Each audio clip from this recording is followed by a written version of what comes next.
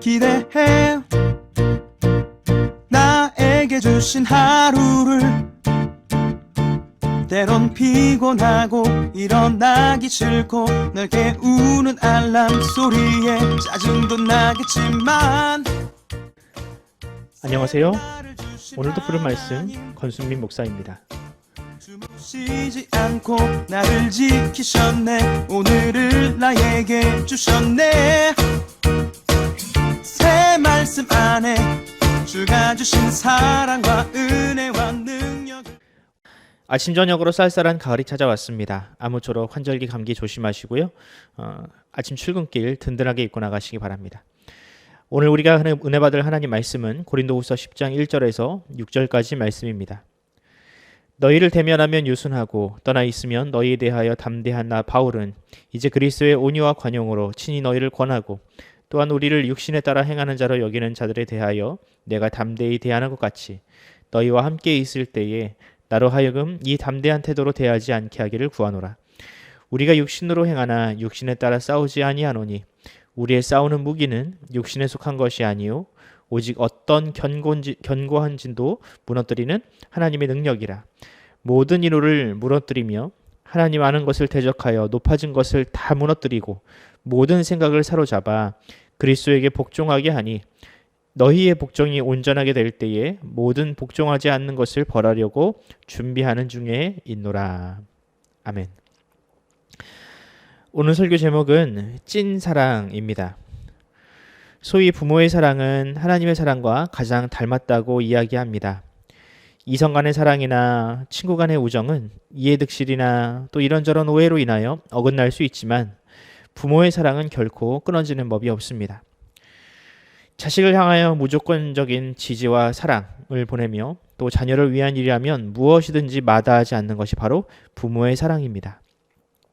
물론 부모의 사랑은 언제나 같은 모양, 같은 방식으로 나타나진 않습니다.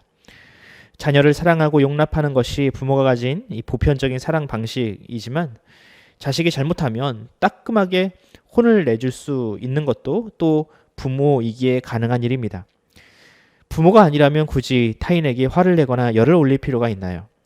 타인은 그저 방치하거나 혹은 벌금을 물리는 이런 기계적인 방식으로 대하면 그만입니다. 하지만 부모는 그럴 수 없습니다. 다소 자녀가 섭섭하더라도 잘못을 깨우치도록 자신의 감정을 소모하고 희생하는 것이 바로 부모의 사랑입니다. 그렇다면 이런 관계가 오직 부모와 자식의 관계로 국한될까? 아니요, 그렇지 않습니다. 우리가 그리스도 안에서 한 형제와 자매가 된다면 우리가 딱히 혈연으로 맺어진 관계가 아니다 하더라도 그런 끈끈한 유대를 얼마든지 맺을 수 있습니다. 왜입니까? 부모가 가진 이 사랑보다 더 큰 하나님의 사랑, 그 하나님의 마음이 우리 안에 자리 잡기 때문입니다. 우리는 하나님의 시선으로 서로를 바라볼 수 있게 되고 또 하나님의 마음으로 서로를 용납할 수 있게 되는 것입니다. 이것이 바로 그리스도인이 가진 차별성입니다. 그런데 오늘 본문을 보면 사도 바울은 마치 그런 사랑으로 고린도 교회를 향하여 편지를 쓰고 있습니다. 과연 고린도 교회를 향한 바울의 마음은 무엇이었으며 그 사랑의 차별성은 무엇인지 한번 나누어 보도록 하겠습니다. 바울이 고린도 교회를 향하여 얼마나 큰 인내와 사랑으로 대하고 있는지 아는 것은 그다지 어렵지 않습니다. 오늘 본문 1절만 봐도 당장 알 수 있는데요. 1절 말씀을 보면 바울이 자신을 뜬금없이 이렇게 소개합니다. 너희를 대면하면 유순하고 떠나 있으면 너희에 대하여 담대한 나 바울은. 여러분 말이 좀 이상하지 않습니까? 그다지 좋은 뉘앙스의 말은 아닌 것 같습니다. 너희를 대면하면 유순하고 떠나서는 담대하다. 간단히 말하면 겉다르고 속다른 사람이다 라는 뜻입니다. 그런데 바울이 자신에 대하여 과연 그렇게 생각하고 있을까요? 사실 이 말은 고린도 교회가 바울을 소위 씹을 때 하는 말이었습니다. 뒷담화할 때 하는 말이었다라는 거죠. 그런데 바울은 고린도 교회가 자신에 대하여 어떻게 말하는지 알고 있었다라는 겁니다. 그래서 그들이 하는 그 뒷담화 내용 그대로 자신에 대하여 대입하고 있는 것이죠. 만약 제가 바울의 입장이었다면 이런 말을 하는 사람을 다시는 상종하지 않을 것 같은데 바울은 달랐습니다. 바울은 오히려 자신을 음해하는 그 말을 그대로 인용하여 자신을 소개합니다. 이 말을 해석하면 바로 이겁니다. 너희들이 내 뒤에서 그렇게 날 씹는다며. 그래, 나는 그렇게 부족한 사람이다. 그리고 2절에 이렇게 부연합니다. 그런데 내가 가진 그 온유함이 너희 앞에서조차 사라지지 않도록 조심해라. 여러분, 사실 이런 사람이 가장 무서운 사람 아닙니까? 자신에 대한 험담을 하고 있는 것을 알고 있으면서도 끝까지 인내하면서 결국 진리로 상대를 무장해제시키는 사람. 바울은 바로 그런 사람이었습니다. 물론 이전의 바울이었다면 그런 방식을 선택하지 않았을 겁니다. 아마도 분기탱천하여 혈기로 상대를 찍어 눌렀겠지요. 하지만 바울에게 회심 이후에 다른 인격이 들어와 버렸습니다. 바로 예수 그리스도라는 새로운 인격이 그의 안에 자리 잡은 것이죠.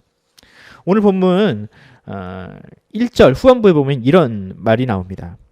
이제 그리스도의 온유와 관용으로 친히 너희를 권한다. 이 말을 갈라디아서 2장 20절에는 이렇게 표현을 합니다. 내가 그리스도와 함께 십자가에 못 박혔나니 그런즉 이제는 내가 사는 것이 아니요 오직 내 안에 그리스도께서 사시는 것이라. 바울은 지금 그 그리스도의 온유와 관용으로 고린도 교회를 대하고 있습니다. 본래 그는 그런 사람이 아니었습니다. 그는 원래 혈과 육으로 살던 사람이었습니다. 힘과 지식과 논리로 타인을 죽이던 사람이 바로 바울이었습니다. 하지만 그는 더 이상 그런 무기로 싸우지 않게 되었습니다.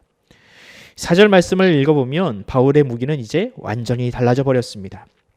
바울의 무기는 무엇입니까? 4절 우리의 싸우는 무기는 육신에 속한 것이 아니요 오직 어떤 견고한 진도 무너뜨리는 하나님의 능력이라. 바울은 혈과 육으로 싸우는 싸움은 결코 사람을 변화시킬 수 없음을 알고 있었습니다. 이는 자신의 경험으로 얻은 지혜였죠. 바울을 변화시킨 힘은 혈과 육이 아니라 하나님의 무한한 사랑과 인내, 바로 그것이었습니다. 이를 깨달은 이후에 바울이 사람을 대하는 태도는 180도 달라졌습니다. 바울은 자신을 음해하고 공격하던 고린도 교회를 향해서도 참고 인내하며 그들을 기다렸습니다. 그 원동력은 무엇입니까? 바로 그리스도의 사랑이었습니다. 물론 바울이 무조건 봐주고 덮어주는 방식으로 사랑을 표현한 것이 아니었습니다. 6절 말씀을 보면 복음 앞에서도 복종하지 않고 끝까지 변화와 회개를 거부하는 사람들에 대하여 단호한 방식으로 대할 것을 이야기하는데요. 6절 말씀을 읽어봅니다. 너희의 복종이 온전하게 될 때에 모든 복종하지 않는 것을 벌하려고 준비하는 중에 있노라. 이 또한 그가 고린도 교회 또 성도를 대하는 방식 중에 하나였습니다.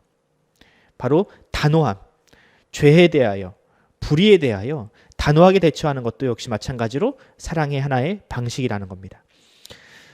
그런데 성경을 보면 하나님도 역시 마찬가지로 그렇게 하셨습니다. 과거 구약시대에 남유다와 북이스라엘을 향하여 끝까지 기다리셨으나 그들이 돌아오지 않고 회개하지 않자 하나님은 그들을 심판하셨습니다. 바울도 마찬가지입니다.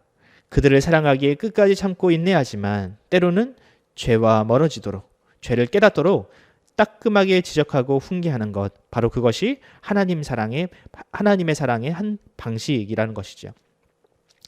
바울이 고린도 교회에 애정과 사랑이 없었다면 굳이 그렇게 할 필요도 없었을 겁니다. 그냥 고린도 교회와는 인연을 끊고 자신을 지지하는 교회와 교류하면서 그렇게 편하게 목회해도 누가 뭐라고 할 사람이 없었을 겁니다. 하지만 바울은 그렇게 하지 않았습니다. 왜냐하면 바울에게 고린도 교회는 그리스도의 사랑으로 품어야 할 자식 같은 존재였기 때문입니다. 그래서 바울은 끝까지 고린도 교회를 포기하지 않고 때로는 인내로, 때로는 채찍으로 그들의 목회자가 되기를 포기하지 않았습니다.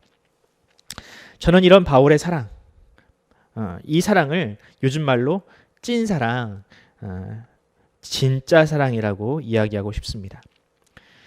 사랑하는 성도 여러분, 과연 여러분에게는, 우리에게는 그런 좋은 스승, 또 좋은 친구가 있습니까? 나의 곁에서 나의 허물을 참아주고 또 때로는 따끔한 소리로 충고도 해주는 그런 찐사랑을 나눌 사람이 곁에 있나요? 또 여러분은 누군가에게 그런 존재가 되고 있습니까? 바라기는 우리 푸른 사랑이 교회가 여러분에게 그런 공동체가 되기를 바랍니다. 이를 위하여 여러분들도 기도해 주시기 바랍니다. 푸른 사랑의 교회 목회자들과 또한 직분자들이 복음 안에서 참 사랑을 포기하지 않도록 사람의 인기와 또한 명예에 또한 혈과 육적인 것들에 휘둘리지 않고 참된 복음을 전하며 성도들에게 신뢰할 수 있는 공동체가 되기를 위하여 기도해 주시기 바랍니다. 무엇보다 우리 성도들에게도 그런 성숙한 믿음을 주셔서 우리 교회가 서로를 용납하고 때로는 서로의 죄를 돌이키게 하는 그런 찐 사랑을 가진 공동체가 되기를 간절히 소원합니다. 기도하겠습니다. 사랑의 하나님 감사합니다.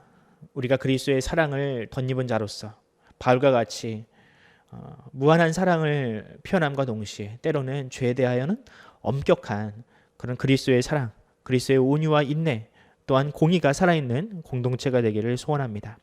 주님, 이 시대의 한국교회가 그런 공의의 사랑을 잃어버린 것이 문제입니다. 주님, 하지만 우리는 죄에 대하여는 엄격하고 더 나아가서 사람에 대하여는 무한한 사랑을 펼칠 수 있는 그런 그리스도의 마음을 닮은 자들로 우리를 변화시켜 주시옵소서. 특히 우리 푸른 사랑의 교회 성도들을 위하여 기도합니다. 이 어렵고 혼란한 시대 가운데 사는 우리 성도들 한 사람도 실족하지 아니하고 모두 이 어려운 시대를 잘 버티며 견딜 수 있는 하나님의 힘과 하나님의 도움을 덧입기를 원하오니 주여 우리를 불쌍히 여기시고 우리에게 은혜를 베풀어 주시옵소서. 감사드리며 예수 그리스도의 이름으로 기도드립니다. 아멘. 사랑하는 성도 여러분, 우리가 함께 기도합시다. 우리가 바울이 고린도 교회를 위하여 기도하였던 것처럼 우리가 무한한 인내와 사랑으로 우리 주변의 이웃들 또 우리 교회 성도들을 위하여 기도합시다. 특별히 이제 수능이 얼마 남지 않았는데 우리 아이들, 특히 고3 아이들 김가영, 문혜민, 주찬미 이 아이들을 위해서 여러분 끊임없이 기도해 주십시오. 우리가 다음 세대를 놓고 또 취업을 준비하고 있는 우리 청년들을 위해서도 함께 기도합시다.